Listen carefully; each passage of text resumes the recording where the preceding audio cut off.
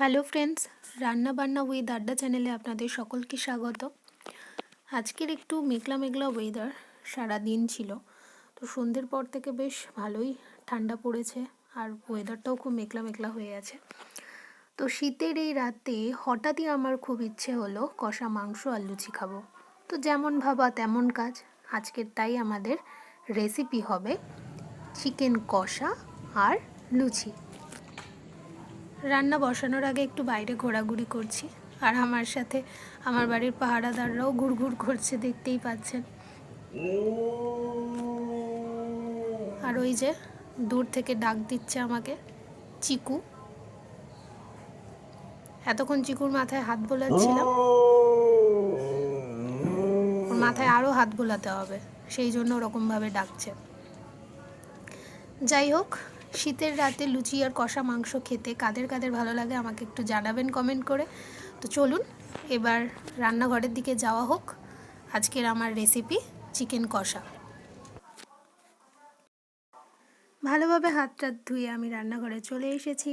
একদিকে দেখছেন মাংস ধুয়ে রাখা হয়েছে, একদিকে আলু, পেঁয়াজ, টমেটো, লঙ্কা রাখা আছে, আর এই থালার মধ্যে রয়েছে গরম মশলা বাটা, জিরে, ধনে আর শুকনো লঙ্কা বাটা আর আদা রসুন বাটা। এবার কড়ার মধ্যে সর্ষের তেল দিয়ে দিলাম। সর্ষের তেলটা গরম হয়ে গেছে।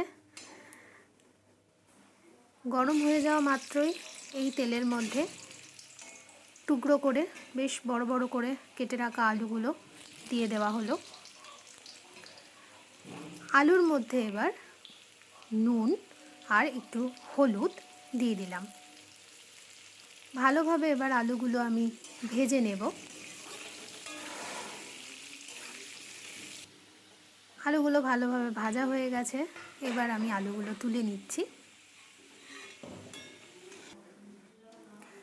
এবার তেলের মধ্যে আমি দিয়ে দিলাম দারুচিনি, তেজপাতা আর গোটা জিরে। একটু নেড়ে চেড়ে নিলাম, নিয়ে এর মধ্যে দিয়ে দিলাম কুচনো পেঁয়াজ। পেঁয়াজটা দিয়ে এবার একটু নেড়ে চেড়ে নিলাম। পেঁয়াজটা একটু লাল লাল মতো ভাজা হবে। দেখতেই পাচ্ছেন পেঁয়াজটা একটু ভাজা ভাজা মতো হয়ে এসছে।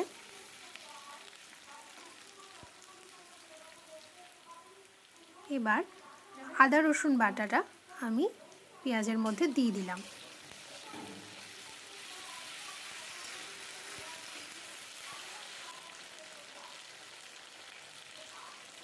এবার এই পেস্টটাও দিয়ে দিলাম, যেটার মধ্যে আছে গোটা জিরে, গোটা ধনে আর শুকনো লঙ্কা, সেটাও একসাথে বেটে নিয়েছিলাম, সেটা দিয়ে দিলাম। দিয়ে ভালো করে মশলাটা কষিয়ে নেওয়া হচ্ছে।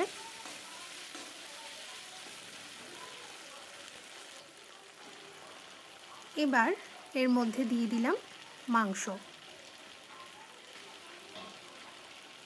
মাংসটার মধ্যে দেখতেই পাচ্ছেন ছোট্ট ছোট্ট করে মুরগির পাও দেওয়া রয়েছে, গিলেও রয়েছে, আবার মাংস পিসও রয়েছে।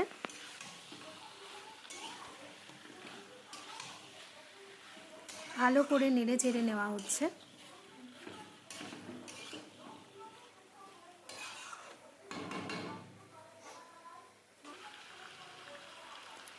এবার হলুদ গুঁড়ো দিয়ে দিলাম, একটু লঙ্কার গুঁড়ো দিয়ে দিলাম, পরিমাণ মতো নুন দিয়ে দিলাম,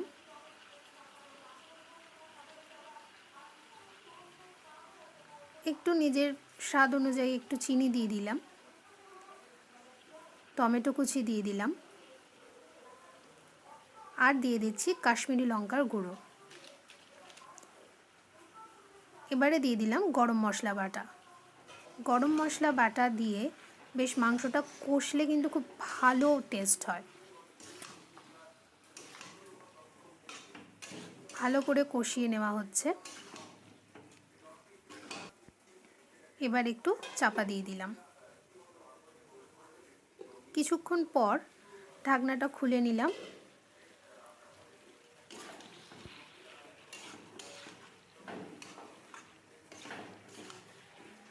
মাংসটা এখনও কষানোই হচ্ছে। এবার আমি একটা পেস্ট বানাবো, সেটা হচ্ছে এর মধ্যে নিয়ে নিলাম একটা বাটিতে টমেটো কেচাপ আর একটু গুঁড়ো দুধ। খুব ভালোভাবে এটাকে এবার একটু মিক্সড করে নেব।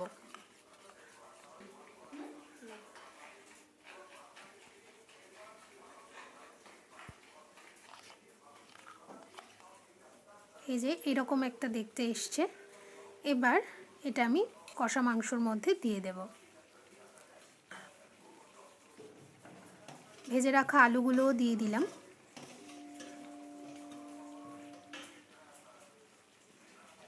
চিড়ে রাখা কাঁচা পাকা লঙ্কা দিয়ে দিলাম। এবার খুব ভালোভাবে মাংসটা কষে নেব।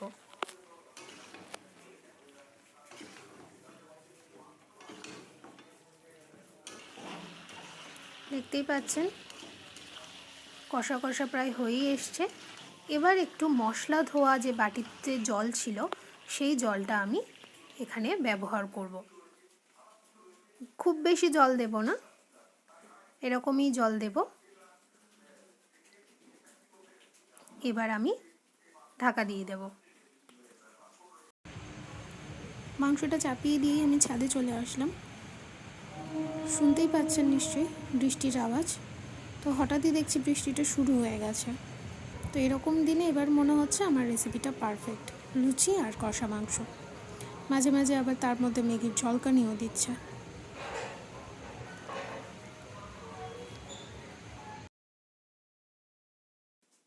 ছ থেকে 7 মিনিট পর আমি রান্নাঘরে চলে আসলাম। ঢাকনাটা খুলে দেখলাম মাংসটা হয়েই এসছে। এবার আমি এর মধ্যে দিয়ে দেব একটু গরম মশলার গুঁড়ো আর দিয়ে দিচ্ছি একটু ধনেপাতা কুচি, খুব অল্প পরিমাণ।